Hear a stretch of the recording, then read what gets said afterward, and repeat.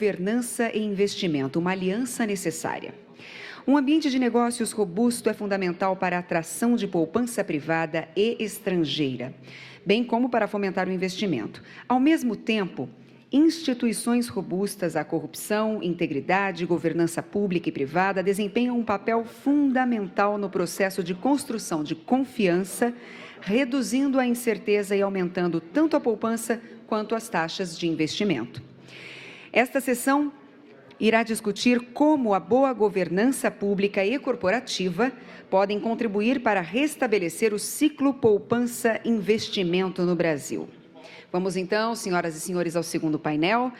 Boa governança e investimento, uma aliança necessária. Para tanto, chamamos ao palco Valdir Simão, ministro-chefe da Controladoria Geral da União.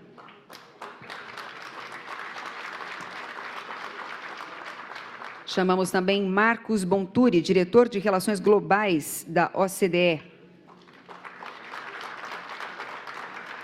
Joanna Krelin, cônsul-geral britânica em São Paulo. Isa Lejarraga, ela que é chefe da Divisão de Políticas de Investimentos da OCDE. E Jeremy Brooks, presidente do Conselho Empresarial da Transparência Internacional. Com a palavra, Mônica Waldvogel. Muito obrigada. Esse é um tema central das discussões do Brasil. Discutimos sobre isso nos botecos e nos palácios. Como ter um ambiente suficientemente seguro e confiante para a população que sustenta o governo, para o investidor que vem aqui, submete a leis e aos costumes nem sempre tão de boa governança, como sabemos bem pelos escândalos recentes. Esse é um painel essencial porque interessa para nós saber como o dinheiro internacional vê o Brasil hoje e se ele pretende ou não vir para cá e permanecer aqui com as atuais regras e com as atuais práticas brasileiras. Portanto, eu começo perguntando para o senhor Marcos Bonturi, como o Brasil está sendo visto nesse campo da governança, da integridade, da corrupção, qual é a percepção que existe acerca da nossa imagem e o que devemos fazer rapidamente. Obrigado pela pergunta. Eu acho que, realmente, a questão do investimento é central. É central e nós estamos vendo que a queda do investimento é dos principais fatores, né, da recessão econômica que o Brasil está sofrendo agora. O Brasil tem, tradicionalmente, uma taxa de investimento que já é baixa comparado com a maioria dos outros países, né, ligada à taxa de poupança e, bom, várias possíveis razões para isso, né. E o Brasil precisa e tem a vocação para atrair uma boa parte de poupança externa para ajudar no seu desenvolvimento. Então, a percepção do Brasil no exterior é muito importante nesse contexto. Nós, na OCDE, quando a gente vê, digamos, os principais fatores que determinam a atratividade de um país para o investidor estrangeiro, nós temos que ver um ambiente de negócio com uma visão bem mais ampla, não é? Os diferentes fatores que determinam o ambiente de negócios no país. Nós desenvolvemos na OCDE, esse ano, o que nós chamamos um quadro de políticas públicas para atrair investimento. Foram 50 países que participaram dessa discussão e identificaram 10 fatores principais que são importantes no ambiente de negócios. Eu não vou citar todos aqui. Vários dessas dimensões de política pública têm a ver com política comercial, com política de concorrência, política fiscal, a previsibilidade da política fiscal, competências da população no mercado de trabalho. Mas eu quero aqui, talvez, enfatizar 4 dessas 10 áreas que são ligadas à governança. Eu acho que é realmente o que nós estamos discutindo aqui. Essas 4 áreas a transparência e a previsibilidade da política de investimento, governança pública em termos gerais, governança corporativa e a conduta responsável das empresas. Tá? São essas áreas e cada uma que, evidentemente, Cada uma delas são áreas bem complexas. O Brasil participa dessa discussão na OCDE e sempre traz a sua experiência, seus problemas, digamos, as suas perspectivas, não é, nessa discussão. Eu, sem querer entrar em cada uma dessas áreas, mas uma coisa que, visto do exterior, é muito importante que as instituições sejam sólidas e que tenham a capacidade de lidar com problemas que acontecem em todos os países. Esse problema de integridade, esse problema digamos, de má governança, existe em qualquer país. A questão é se as instituições têm a capacidade de lidar com isso. Não existe nenhum país no mundo que seja químico, puramente químico, que seja puro, de uma forma genética, biológica ou química. A corrupção existe em todos os países, corrupção existe talvez, infelizmente, seja da natureza humana, não é? A questão é quais são os países que são mais eficazes em combater isso e que tenham sistemas que, talvez, criem menos espaço para que isso aconteça. Então, visto do exterior, esses esforços no Brasil de consolidar as instituições que são necessárias para lutar contra a corrupção é essencial. Talvez leve algum tempo, mas é visto de uma forma muito positiva, mesmo que, talvez, no curto prazo, tenha um certo custo e aumente as incertezas, é importante que nós passemos por esse processo. Eu queria, talvez, falar rapidamente sobre a questão ligada à infraestrutura, porque isso é uma coisa que, visto do exterior, sempre foi, digamos, uma das fraquezas principais da economia brasileira. É o baixo investimento em infraestrutura. E isso, evidentemente, tem muito a ver com, digamos, a percepção de risco, né? Porque infraestrutura, por definição, é um investimento de longo prazo. Então, o risco, uma percepção de risco, influencia muito a atratividade do Brasil para investimentos estrangeiros. Risco no retorno ou risco O risco em termos gerais, não só no retorno, mas questão justamente de risco regulamentário, risco de mudanças radicais de política econômica, isso tudo é considerado como fatores de risco. Uma coisa que nós vimos aqui é esse estudo econômico que nós acabamos de lançar, não é? Essa falta de investimento tem, evidentemente, todos nós conhecemos isso, não é? Aumenta muito questões de logística, de transporte, de comunicação, isso tudo tem um efeito importante, né, na atratividade do país. Mas uma coisa, talvez, mais propondo um pouco soluções para isso, não é? Um dos exemplos que nós observamos que tem funcionado muito bem, digamos, no Brasil, é um país que tem vários níveis de governo. Você tem um país federal, não é? Uma república federativa. Não é a única república federativa. Há várias repúblicas federativas no mundo, Canadá, Austrália, Estados Unidos, Federação Russa. E uma coisa que é muito importante quando fala-se de investimento em infraestrutura é um mecanismo de coordenação entre os diferentes níveis de governo. E eu acho que aqui no Brasil nós identificamos como, talvez, uma área onde vocês possam fazer um pouco mais de progresso.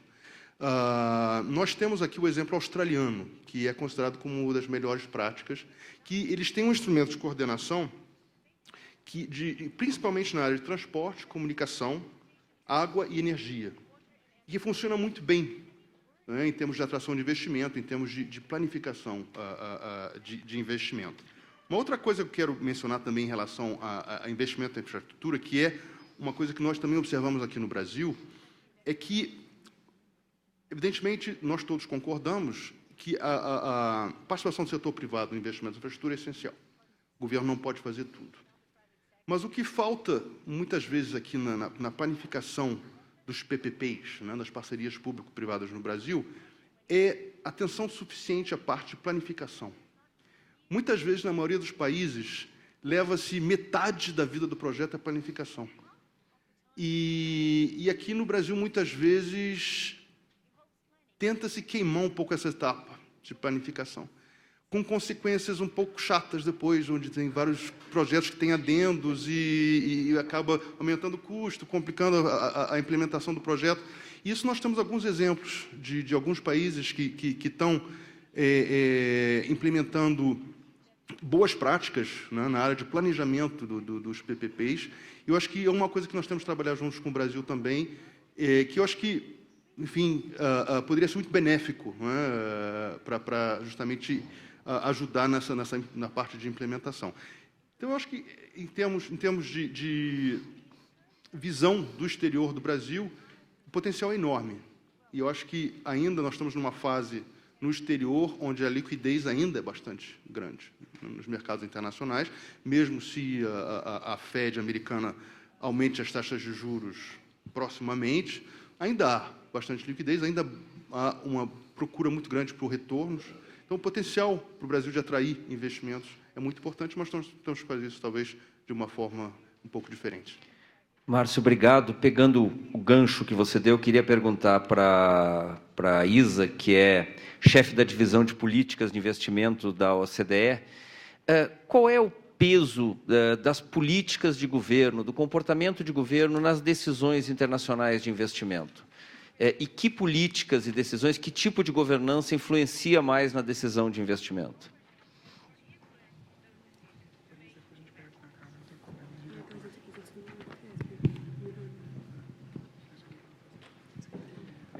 Muito obrigada.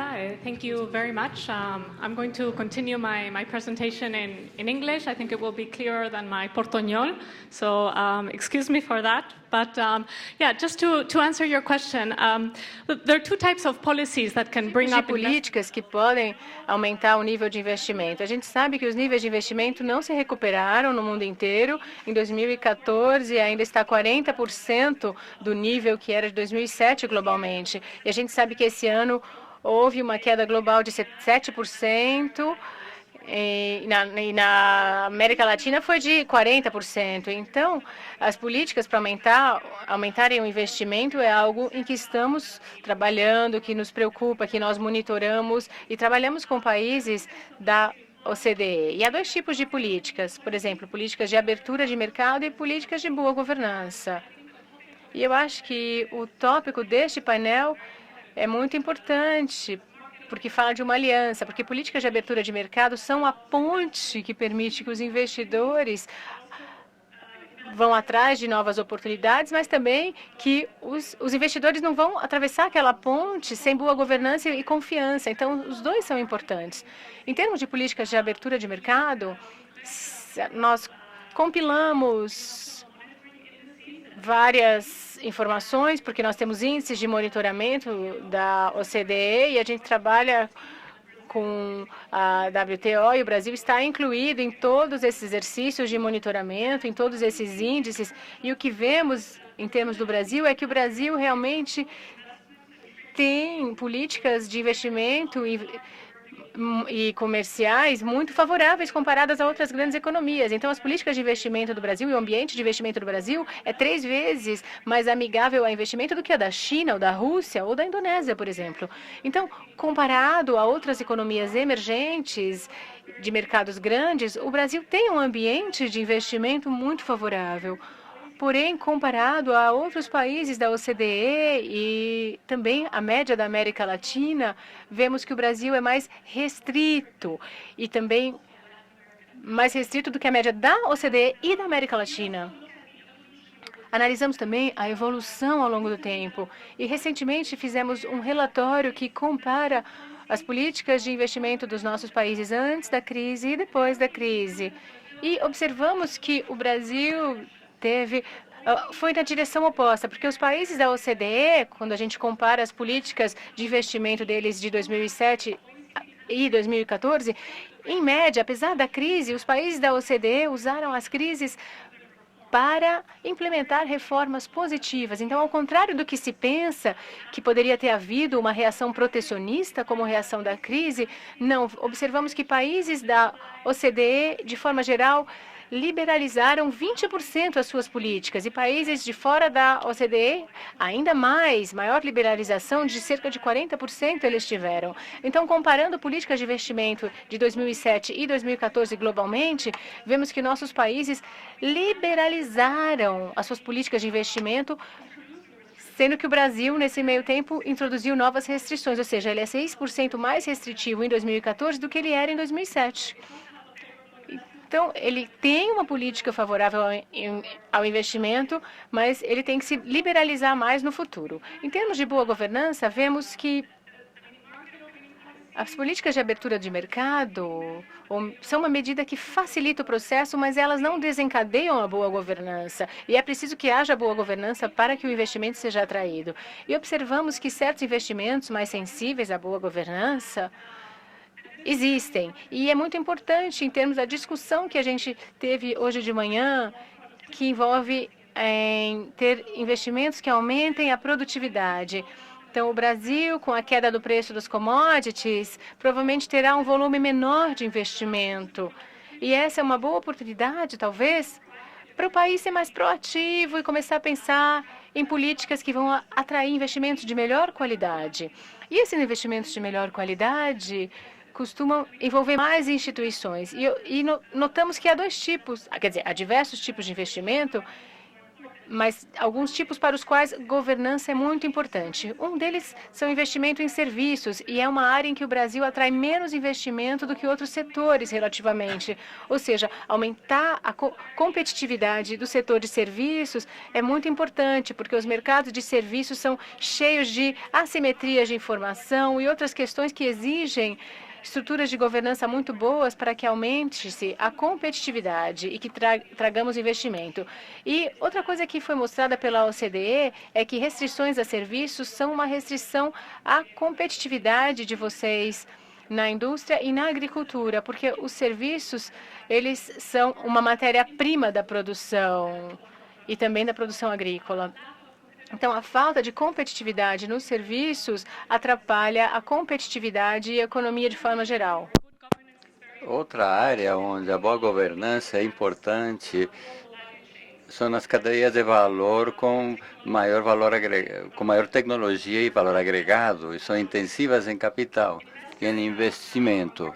Os investidores que são mais intensivos em tecnologia não apenas transferem capital, transferem tecnologia, design, ideias.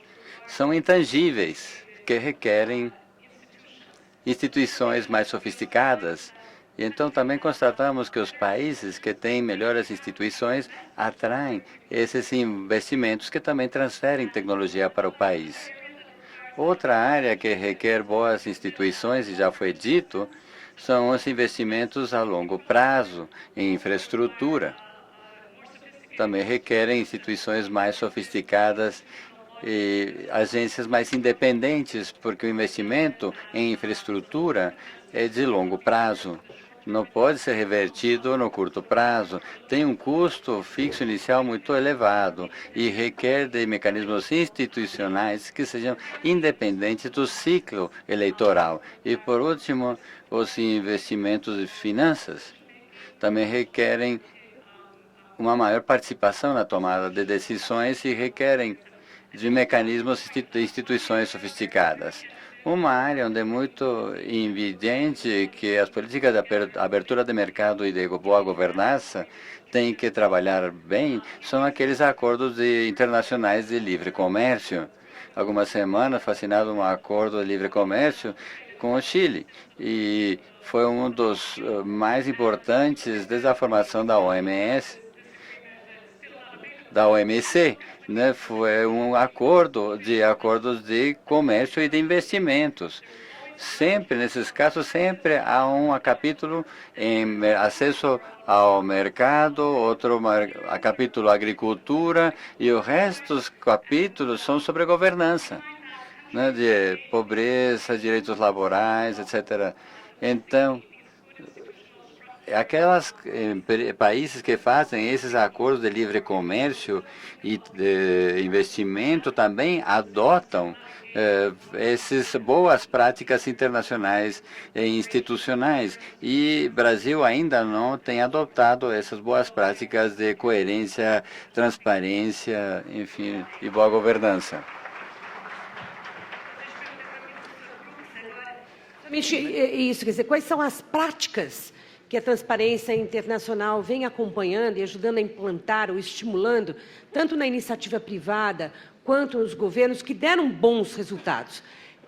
Quais são as principais recomendações em termos práticos de mudanças e de medidas que devem ser mantidas para que o investimento venha?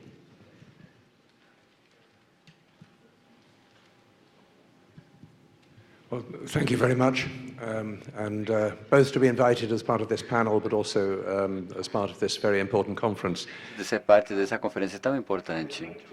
Eu gostaria de responder isso especificamente. A minha formação é em negócios e eu tenho trabalhado com negócios nos últimos 10 anos, trabalhando com Transparência Internacional, que é uma ONG anticorrupção que tem a missão de reduzir a corrupção no mundo. Eu vou responder sua pergunta do ponto de vista dos negócios e depois vou voltar como podemos aumentar os investimentos e a criação de valor neste país tão importante. Os negócios sempre estão lidando com risco e avaliação de risco, mas se o nível de risco é muito elevado, então não vão investir. Então, se pensarmos nas necessidades dos negócios para planejar, já se falou muito sobre projetos de infraestrutura. Frequentemente, esses projetos têm um período de 20, 30 anos. Então, eu tenho que ter uma certa segurança legal e econômica, né? Todo esse arcabouço legal e econômico para poder trabalhar com segurança. E aqui nesse país encontramos problemas por toda a parte e já foi mencionado, não preciso falar disso. Temos incerteza em como abrir uma nova empresa, demora muito, direitos da terra não está claro, ou também direitos de propriedade intelectual. Temos também os problemas da tributação. A tributação é muito importante para as empresas, porque muitos dos lucros são retirados dessas empresas. Mas se não há clareza sobre como são feitas as avaliações, se não há nenhum processo de remediação, de apelos, tanto administrativos como judiciais, então vamos ter muitos problemas. Lembre-se, é responsável por uma operação em Moscou, no final dos 90, e começamos e nós tínhamos vendas de $1 milhão, e aí recebemos uma tributação de $10 milhões. Não é um exagero, mas eu estou falando disso. Como? E depois, 10 anos depois, sem pagar nada, nenhuma propina, eles conseguiram resolver essa cobrança tributária de $10 milhões pagando $100 mil. Então, realmente, esses investidores não querem esses problemas. Depois temos os problemas alfandegários e a integridade do processo de liberação de alfândega são muito importantes. As empresas sempre são chantageadas por oficiais corruptos.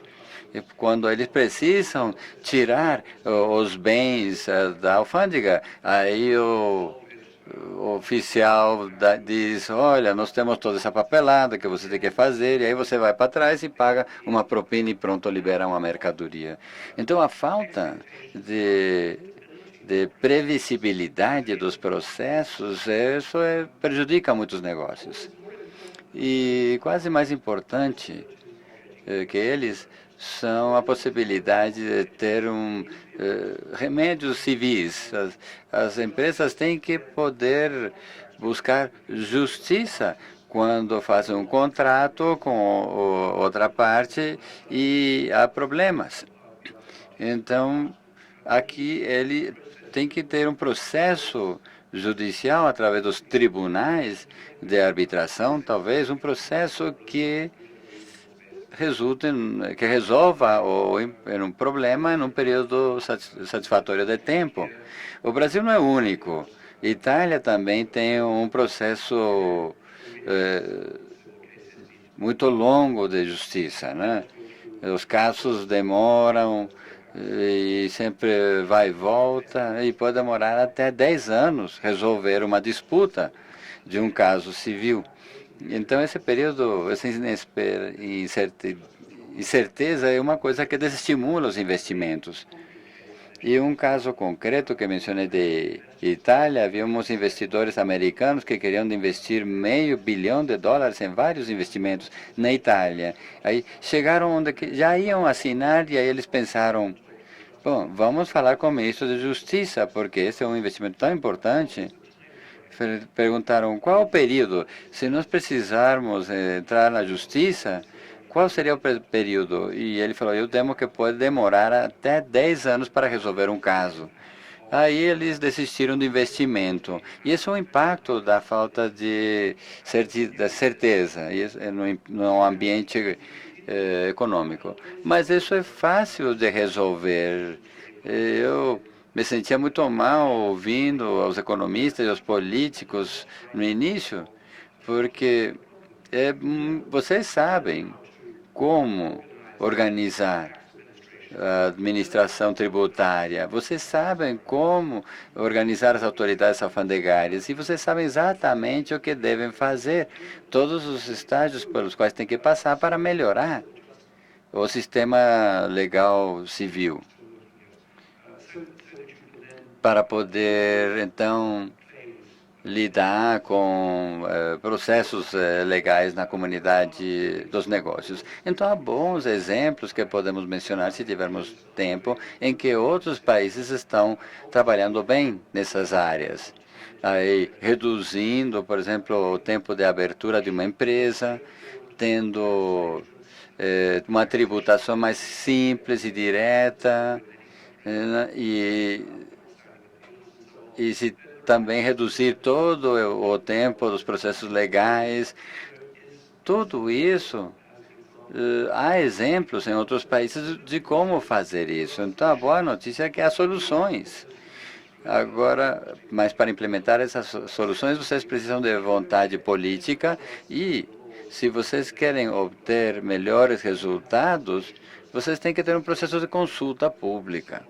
Alguém estava falando negativamente sobre que não vamos ter mais comissões e conselhos, mas não, tem que ser comissões de 6 meses, onde você diz como vamos simplificar o processo de apelações para pago da tributação.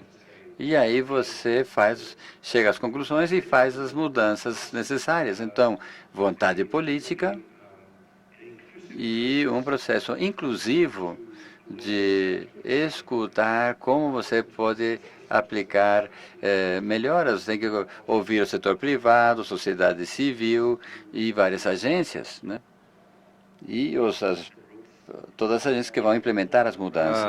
Joana, você antes de se tornar cônsul aqui no Brasil, você teve uma longa experiência no Ministério Britânico de Negócios, Inovação e Treinamento.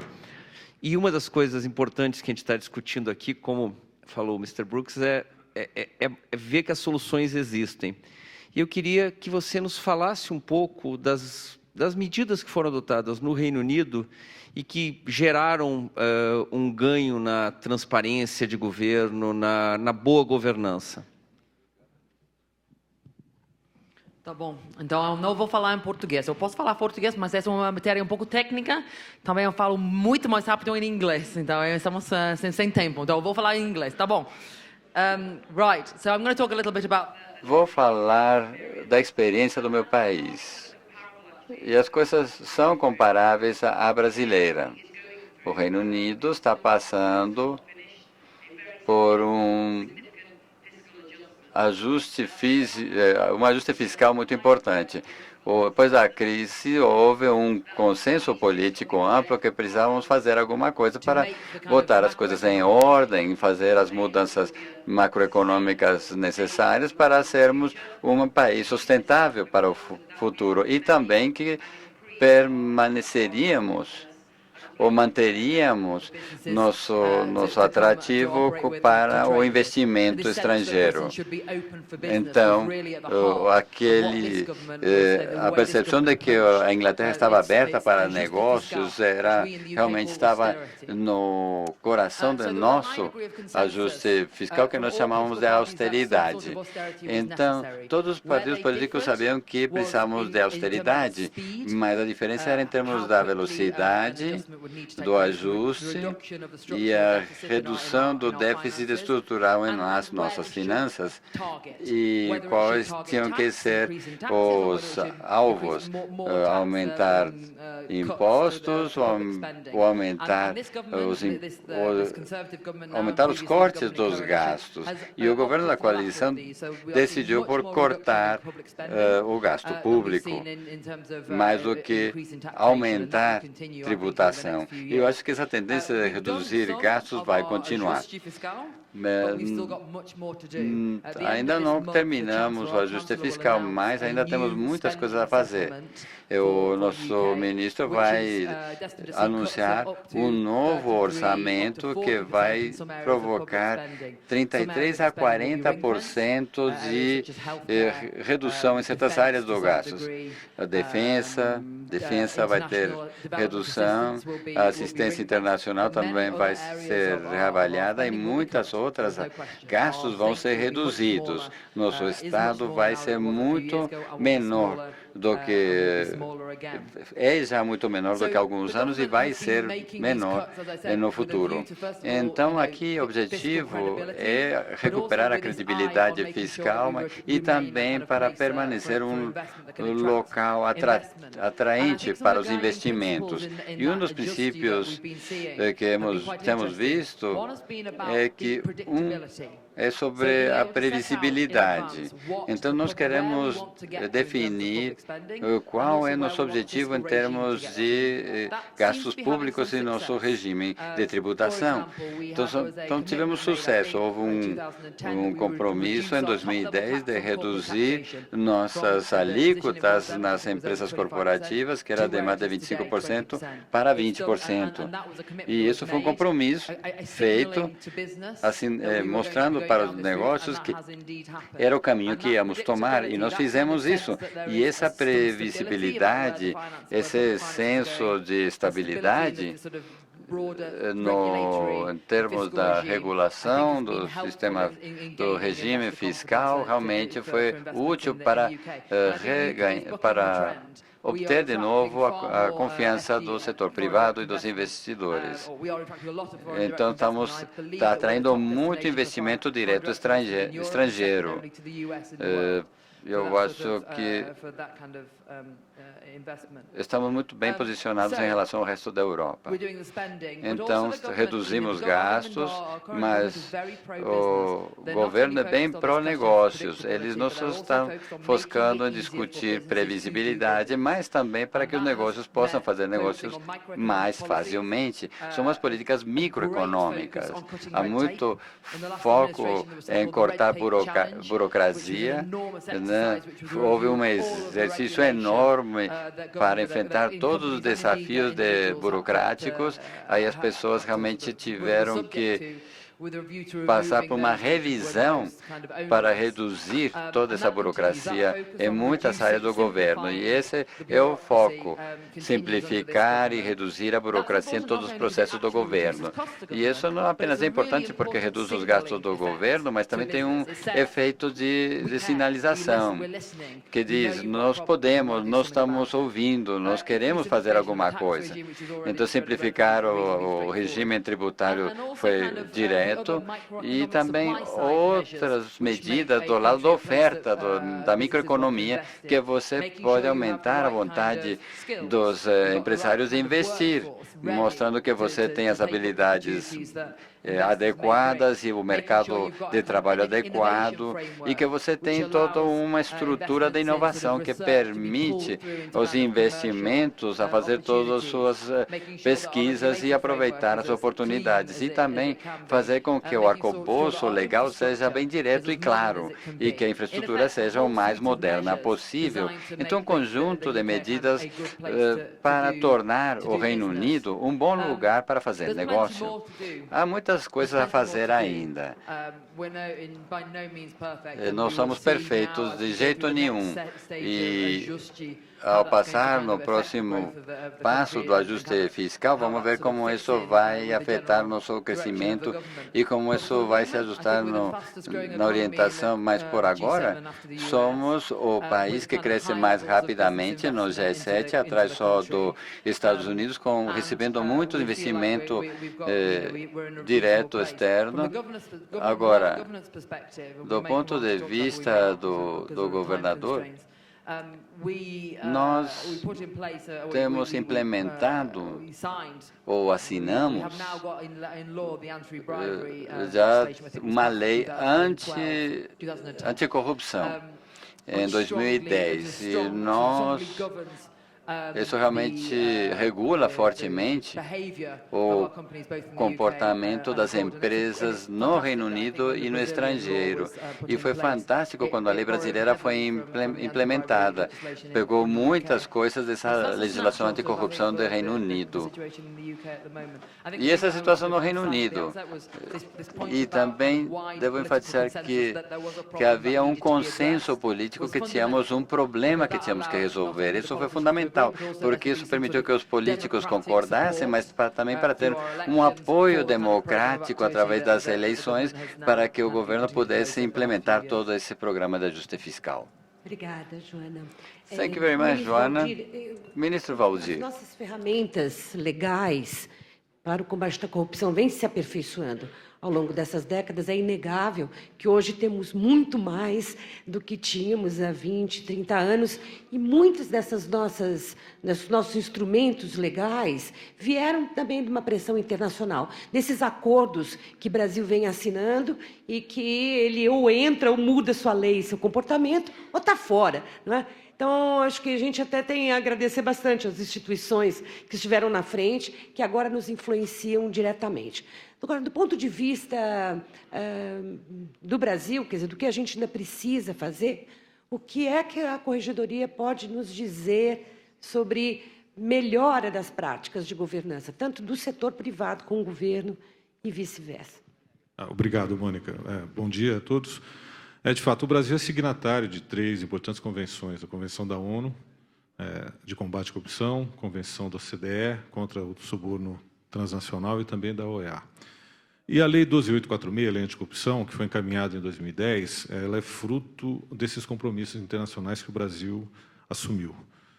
E acredito que o fortalecimento das instituições de controle no Brasil permitiram que nós chegássemos hoje a um estágio de investigação muito profundo, que, além de responsabilizar as empresas, nós temos também punido os administradores, né?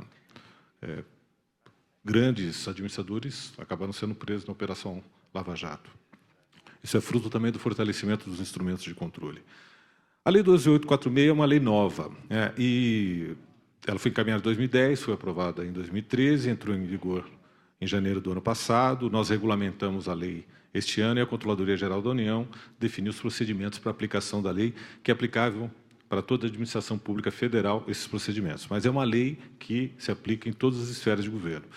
É importante chamar a atenção que essa lei ela traz para as empresas uma responsabilidade objetiva, ou seja, qualquer ato praticado contra a administração pública nacional estrangeira, pela empresa ou por um agente em seu nome, é passível de responsabilização.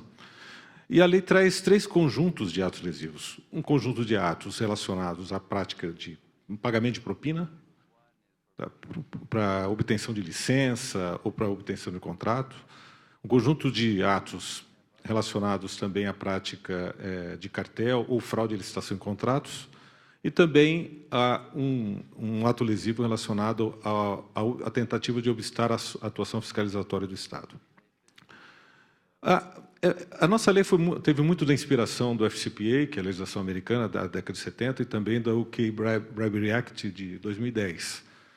E se a gente analisar essas legislações, em especial a americana, que é mais antiga, a mensagem que foi dada é o seguinte: empresas, aplicáveis às empresas estrangeiras ou às empresas americanas e as empresas estrangeiras que têm um negócio nos Estados Unidos. Empresas aqui para frente, vocês vão competir fora dos Estados Unidos, considerando somente qualidade e preço dos seus produtos. Não vale pagar propina para um agente estrangeiro para obter negócios. Então, é prática, quer dizer, porque a corrupção ela tem esse efeito, ela afasta, ela distorce a concorrência. Esse é um efeito muito importante que tem que ser registrado. Segundo, ela afasta o bom investidor. Quer dizer, e o pior dos mundos, como a corrupção acontece nas relações entre o setor público e privado, entre cidadão e governo, entre empresas e governos, o pior dos mundos é as pessoas não saberem qual é a regra do jogo. Como é que eu faço para acessar um serviço? Eu, cidadão, vou ter que pagar um despachante? Vou ter que pagar um intermediário? E como é que eu, empresa, faço para poder investir, obter uma licença para construir o meu hotel ou uma rodovia, enfim, para pagar meus impostos corretamente? Então, quando não se tem uma percepção de que essas relações elas são transparentes, claras, seguras e com integridade, nós temos essa percepção alta, e o Brasil hoje é considerado, entre 175 países, o 69º país em percepção de corrupção. Quer dizer, nós temos uma percepção ainda muito alta de corrupção. Mas ela penaliza também o cidadão, porque a corrupção ela distorce a alocação dos recursos públicos, então, e faz com que esse recurso não chegue a tempo e a hora. E essa é uma penalização que tem um custo intangível significativo, porque o impacto na vida das pessoas, de uma pessoa que morreu porque não tinha um remédio, porque o dinheiro foi desviado, ou de uma criança que não teve escola para estudar, ele é permanente, né? Então, a lei ela vem um pouco com esse objetivo de sinalizar para o setor privado, ela aplicava às pessoas jurídicas: olha, não vale mais praticar arte de corrupção para obter negócio. E se pagar, vai ser punido. Se alguém fizer em seu nome, você será punido. A empresa, e poucas empresas sabem disso, né? Se ela contrata um intermediário para resolver algum problema administrativo na administração pública, obter uma licença, ou obter uma decisão favorável, e se esse intermediário paga a propina, a responsabilidade é da empresa. E as multas são pesadas, chegam a 20% do faturamento.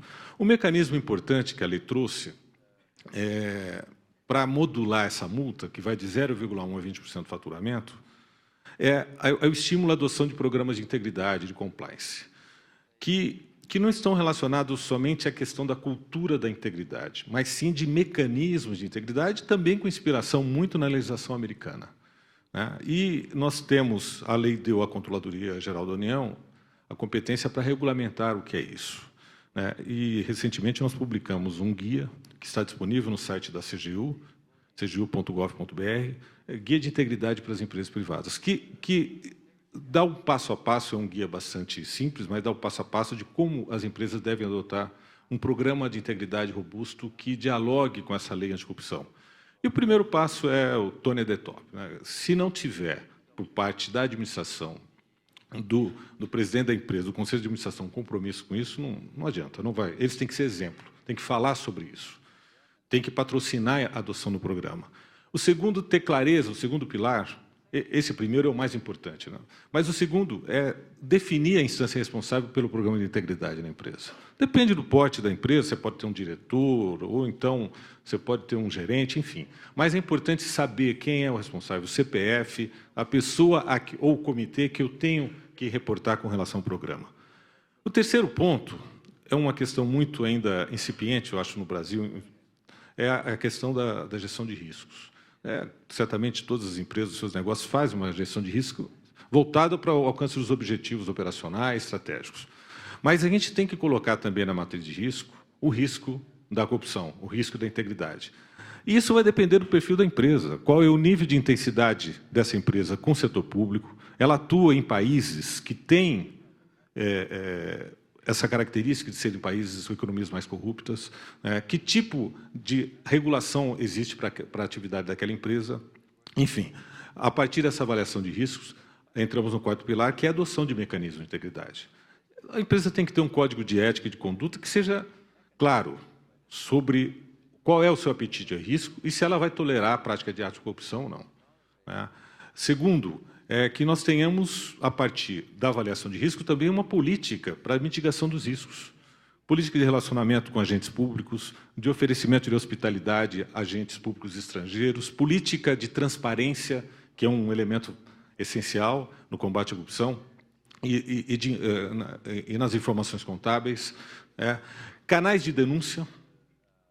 A figura do whistleblower é fantástica. Hoje, os americanos estão usando, inclusive, para a própria IRS americana, a Receita Federal Americana, está usando o whistleblower para denunciar, porque ele possa denunciar as pessoas que estão sonegando impostos e a pessoa é recompensada com parte daquilo que foi recuperado. A própria Dodd-Frank, mais recente, trouxe esse benefício, a pessoa pode receber de 10% até 30%, se não me engano, do que é recuperado pela SEC em multas contra empresas que estão fraudando o mercado financeiro.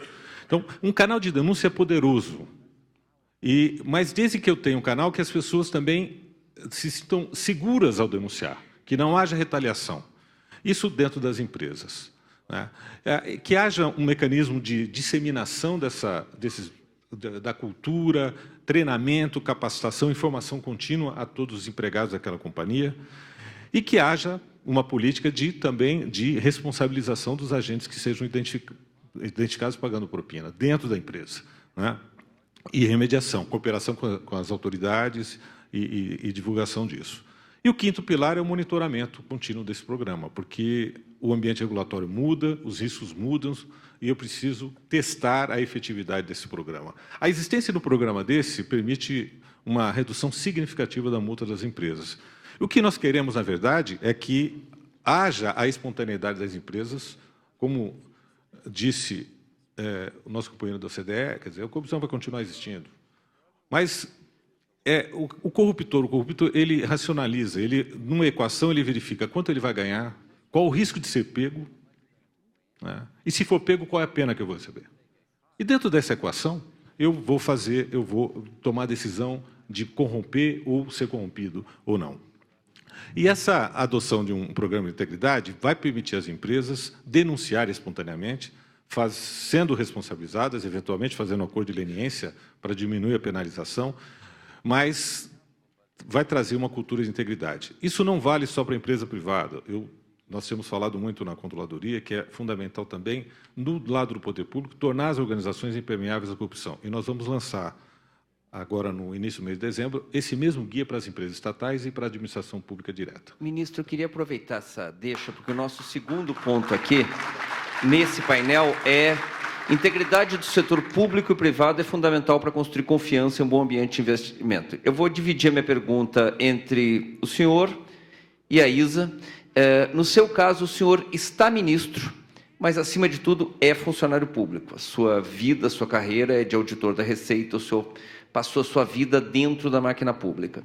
Então, eu queria lhe perguntar que tipo de medida deve ser tomada em relação ao funcionário público, até que ponto isso é conscientização, até que ponto isso é vigilância para que o funcionário assuma o seu papel, não apenas de não praticar a corrupção, mas de vigiar a corrupção que possa eventualmente estar sendo praticada. E, no caso da Isa, depois eu queria perguntar o que as empresas privadas devem fazer para também garantir esse ambiente mais transparente. Começa pelo senhor. Nós temos hoje mecanismos para penalizar o servidor público que pratica atos de corrupção. Até outubro, mais de 400 servidores públicos federais foram expulsos da administração pública, a partir de um processo que garante o contraditório, enfim.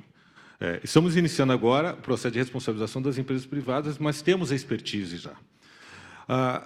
Eu tenho alguns desafios que eu acho que são fundamentais. Eu sou servidor público há 28 anos, sempre, nos últimos 10 anos, eu fui gestor público, e este ano eu sou controlador, né? Quer dizer, eu sempre fui controlado, apesar de ser auditor fiscal, eu sempre fui controlado pela controladoria, hoje eu sou controlador-geral da União.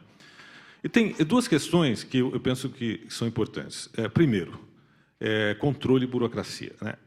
Nós temos eu acho que nós temos um excesso de controle, mas é um controle que não é efetivo.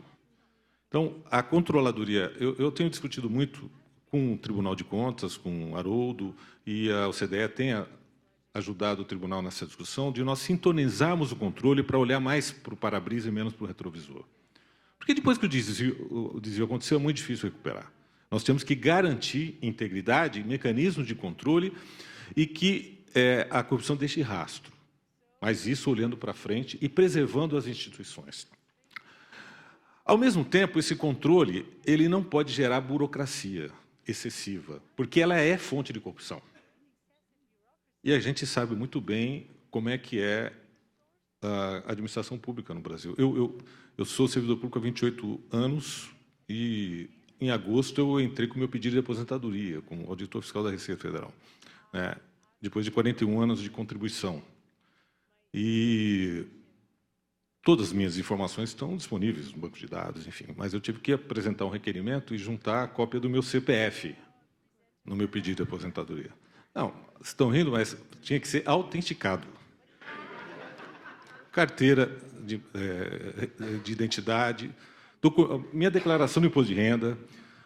A questão é o seguinte, depois de 40 dias, alguém tomou uma decisão que poderia ser tomada instantaneamente. Era apertar um botão e sair a decisão. Mas não acabou por aí, porque esse processo será escrutinado pela Controladoria Geral da União e depois pelo Tribunal de Contas. Um custo para a nação e que seria um controle possível de se fazer com qualquer ferramenta de análise de dados, que todas as informações a meu respeito constam do banco de dados. Então, o controle ele tem esse impacto na burocracia quando ele é excessivo e penaliza as empresas na obtenção de licenças, enfim, penaliza no pagamento de tributos, penaliza o cidadão na requisição de serviços ou no cumprimento de obrigações. E tem uma outra questão que é fundamental, olhando do lado do gestor. É muito difícil o gestor ser estimulado a inovar. Aqui se falou que a gente tem que, Paulo Scarpa falou, está correto, tem que diminuir, fazer mais com menos, mas o gestor tem muito receio de inovar por conta do controle. Se nós não tivermos um estímulo, órgãos de controle, como a Controladoria Geral da União, o Tribunal de Contas da União, que incentive a inovação na administração pública, ela não acontece. Eu fui presidente do INSS e nós tomamos uma medida naquela época. O INSS pagava 300 milhões de reais por ano para o sistema financeiro, para que eles remunerassem, fizessem o pagamento dos benefícios das aposentadorias. 300 milhões de reais por ano. E descobrimos que, na verdade, aquela folha, apesar de quase estava chegando a 30 milhões de pessoas, 2/3 recebendo salário mínimo, mas aquele era um ativo. E começamos a perceber isso, né? Enfim, e fizemos um leilão dessa folha. Invertemos. Quem quiser remunerar o segurado do INSS vai ter que pagar uma tarifa modesta, R$1, R$1,50, 50 centavos, o que for. Fizemos um leilão, mas num enorme risco, porque não tinha previsão legal para isso. Mas costuramos com o Tribunal de Contas e hoje o INSS recebe, por ano, do sistema financeiro, mais de 300 milhões de reais de receita, para que o sistema pague os benefícios. Sem, na verdade, aumentando a qualidade da prestação de serviço, que nós estabelecemos um nível de serviço bastante elevado, e, portanto, um fruto de inovação, que traz o risco para o gestor. Porque alguém pode dizer, na verdade, isso não valeria só 300, valeria 1 bilhão. Alguém deve ter levado algum dinheiro aí para...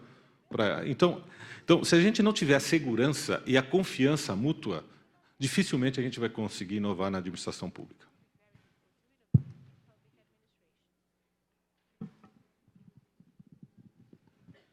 Thank you very much. The OECD works with multinational... trabalha com empresas multinacionais e empresas pequenas por meio das diretrizes da OCDE para empresas multinacionais, que são as recomendações mais exaustivas, abrangentes para conduta empresarial endossada por mais de 70 governos. O Brasil é signatário das diretrizes e ele é muito ativo nelas. E vimos que a melhor forma de trabalhar é em parceria.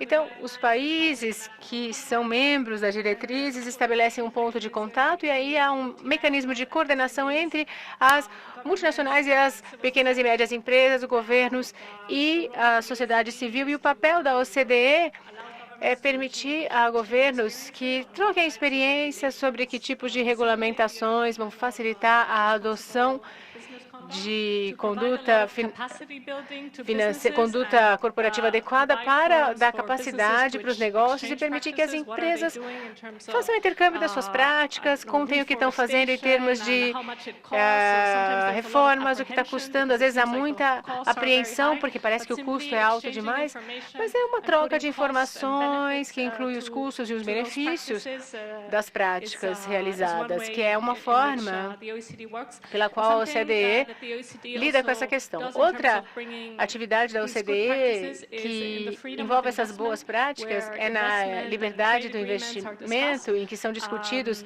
acordos de investimento e comércio. Lá, as experiências das empresas estão se tornando novas cláusulas nesses acordos internacionais.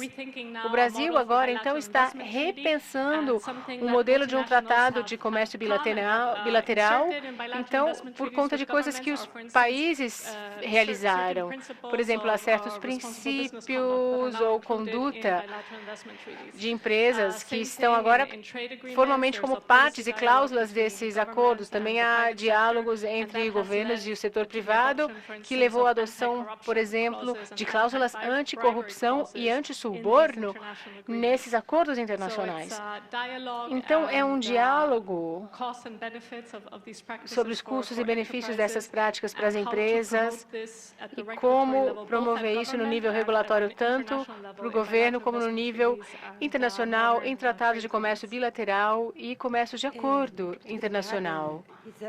Thank you, Isa. Estamos aqui com o nosso horário já bem avançado sobre o tempo do almoço, mas a partir do fato de que vocês, com a experiência toda acumulada das pesquisas e da atuação no Reino Unido, daquilo que o ministro Valdir falou, eu gostaria que cada um de vocês acrescentasse, digamos, uma sugestão que seja possível de melhorar esse nosso sistema. Acho que o ministro explicou bastante bem todo o nosso esforço e aquilo que ainda está, digamos, sendo experimentado. Nem toda a lei anticorrupção está em vigor, no sentido de ter a sua atuação testada no Brasil. Então, o que poderíamos aproveitar da experiência, na medida em que o ministro Corregedor-Geral da União está aqui na nossa mesa? Jeremy, por favor. Thank you very much. Well, there's been a lot of talk about the political and economic crisis. There's actually, it's difficult to say, an E é ethical difícil de falar que é uma crise ética, é uma crise de cultura também. E eu acho que isso, de fato, tem um impacto no que a gente está discutindo. Então, sim, agora nós temos realmente um nível muito bom de legislação que lida especialmente com corrupção no nível público e privado. E como você falou, cumprir essas leis é muito importante, mas a gente observa a mesmíssima coisa no setor privado, porque quando a transparência internacional foi aberta, começou a trabalhar há mais de 10 anos no que a gente chama de princípios corporativos para combater o suborno, a gente começou a fazer isso porque as empresas falavam, claro que nós somos íntegros, claro que a gerência, os executivos são honestos, é claro que a gente tem relações não corruptas, mas quando você perguntava, então o que você faz realmente, de fato, na sua empresa, para garantir que todos os seus funcionários compreendam isso e possam traduzir esses princípios em ações? Eles diziam, a gente acredita na integridade, a gente não precisa falar nada para eles. Então, foi com base nisso que a Transparência Internacional criou um conjunto de normas que agora são parte desses bons padrões que agora a OCDE está fazendo, organizações como o Conselho da APEC, o Fórum Internacional, isso tudo é muito importante. Então, para falar bem especificamente do caso do Brasil, o Brasil precisa se concentrar em uma empresa, depois em outra empresa, e empresa após empresa, para ver o que significa ter uma política de integridade ou, para ser mais específico, uma política anticorrupção. Ou seja, o que precisa ser feito para que aquela política seja traduzida em ações, implementações, e como que aquilo funciona mesmo. Então, acho que cada empresa vai estar em um estágio diferente de implementação e de sofisticação. E a única coisa que eu argumentaria é que, de forma geral, se o combate à corrupção para esse combate à corrupção ser bem-sucedido, o público tem que falar, olha, chegamos a um ponto em que a gente não aceita mais esse nível de corrupção. E é aqui que a gente precisa da participação da sociedade civil. Então, se você me permite, me perdoa, vocês precisam que vocês usem isso como um espelho dos países. Então, os nossos ministros falaram da posição do Brasil, que está em número 60 no índice de corrupção, que é o nosso índice da transparência internacional, produzido anualmente. Essa é uma coisa boa. Agora, a nota é muito ruim. A nota é o mais importante, porque a nota acho que é 43. A pontuação é 43. Qualquer país que tem menos de 50 de pontuação tem um problema importantíssimo de corrupção. Obrigado. It's difficult to follow. So I think the point that I say here is that, Mas eu acho que o que a gente deve falar aqui é, pensando no caso do Brasil, o Brasil agora tem a legislação necessária, a questão é como que a gente vai garantir, como o Brasil vai garantir, que é... Acho que tem uma expressão aqui no Brasil, né, que vocês falam que uma lei pega, a lei não pegou, a lei pegou, não pegou. Então vocês têm que garantir que essa lei vai pegar. Eu acho que isso é muito importante. E parte disso é exatamente o que o Jeremy acabou de falar, que é fazer o povo cobrar mais do político, do sistema político. E está horrível para os tradutores aí as duas línguas. Para realmente exigir mais dos representantes políticos. E realmente exigir uma sociedade de transparência, além de um sistema econômico transparente. E um ponto final que eu queria falar, que é um ponto de vista de fora aqui, o que é muito interessante é que tem algo muito animador acontecendo na área da corrupção aqui no Brasil, que é a Operação Lava Jato. Então, há duas formas de ver essa situação, e eu vejo de uma forma muito positiva. Uma coisa é falar, ai, olha que horror toda essa corrupção, e outra forma é falar, puxa, essas instituições estão funcionando, estão lidando com esse problema, talvez leve um tempo, mas é fantástico. Pessoas que a gente nunca esperava ver na cadeia agora estão presas. Então, essas questões estão sendo realmente lidadas. Então, eu acho que é uma questão da maturidade do Brasil. Isso mostra, é um sinal de onde a gente pode ir com a corrupção, com a questão da corrupção no Brasil. Então, acho que a perspectiva para o futuro é positiva. Claro que haverá percalços no caminho, mas eu espero que essa lei pegue. Está pegando, né? A lei está pegando. Eu acho que os nossos amigos aqui já disseram os diferentes pontos essenciais. Eu acho que, para fechar, eu tenho um comentário específico, uma sugestão específica, e depois uma coisa mais geral sobre o trabalho da OCDE. Especificamente, eu acho que o Brasil ainda está engatinhando no uso da economia digital, no uso dos instrumentos digitais para lutar contra a corrupção. Eu sei que a CGU está fazendo um esforço sensacional sobre isso, mas o USP internacionalmente tem experiências muito interessantes que podem beneficiar o Brasil. Nós estamos já planejando trabalhar com as diferentes instituições brasileiras. Um exemplo importante, por exemplo, da Coreia, que tem toda a parte de compras públicas é feito pela internet. O México já fez isso, alguns outros países. Isso tem um efeito enorme sobre a transparência do processo. Mas também tem outros benefícios que vão muito mais além da integridade, né? Por exemplo, o exemplo coreano, que é muito interessante, é que eles ligaram toda a parte de compras públicas que está digitalizada com o sistema bancário. Isso é especialmente benéfico para as pequenas e médias empresas, que conseguem receber, quando há uma compra pública, em menos de 8 dias, normalmente. Então, isso faz esse vínculo direto, né, quando você já faz uma compra e o pagamento. Eu acho que é uma coisa aqui que teria uma grande diferença aqui no Brasil. Mas a questão, talvez um pouco mais ampla, é a importância que nós, na OCDE, vemos da cooperação internacional nessas áreas. Eu acho que o Brasil tem que participar, tem participado já bastante, mas tem que talvez participar com uma forma mais institucionalizada das diferentes instâncias da OCDE que lidam com esses problemas. São problemas internacionais, por definição. O ministro mencionou o fato da corrupção transnacional, e que começou, na verdade, quando os americanos implementaram uma lei doméstica, sobre corrupção internacional, criminalizaram quando as empresas americanas corrompiam funcionários estrangeiros, e os outros países não tinham feito. Nessa época, quando os americanos foram os pioneiros nessa área, você tinha certos países, na Europa até, que não só não criminalizavam a corrupção internacional, como davam reduções de impostos, eram consideradas como despesas redutíveis de impostos legítimas. Eles podiam dizer, olha, eu tive que pagar essa tal propina aqui, por favor, deduza do meu lucro líquido. Então, evidentemente, você via as companhias americanas totalmente em desvantagem nas grandes concorrências internacionais, comparando com empresas de outros países que não tinham a mesma legislação. Então, você começou a ter uma certa pressão, até totalmente compreensível, para internacionalizar esse tipo de disciplina. E começou, então, a criar, digamos, as normas internacionais, e o Brasil, já desde o começo, participou com a gente nessa criação. Isso, então, essa internacionalização, essa necessidade de cooperação internacional para criar esse tipo de standard internacional, do nosso ponto de vista, ter o Brasil sentado na mesa é essencial.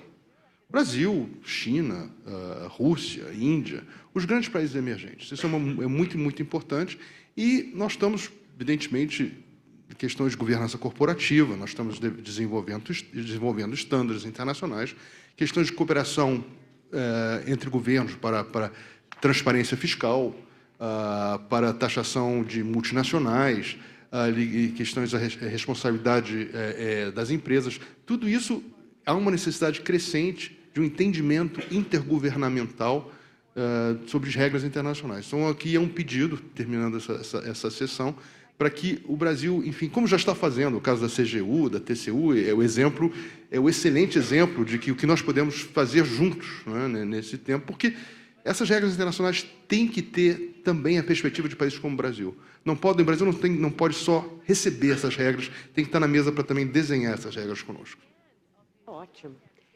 Bom, muito obrigada a todos que participaram desse painel, vocês que estiveram aqui acompanhando.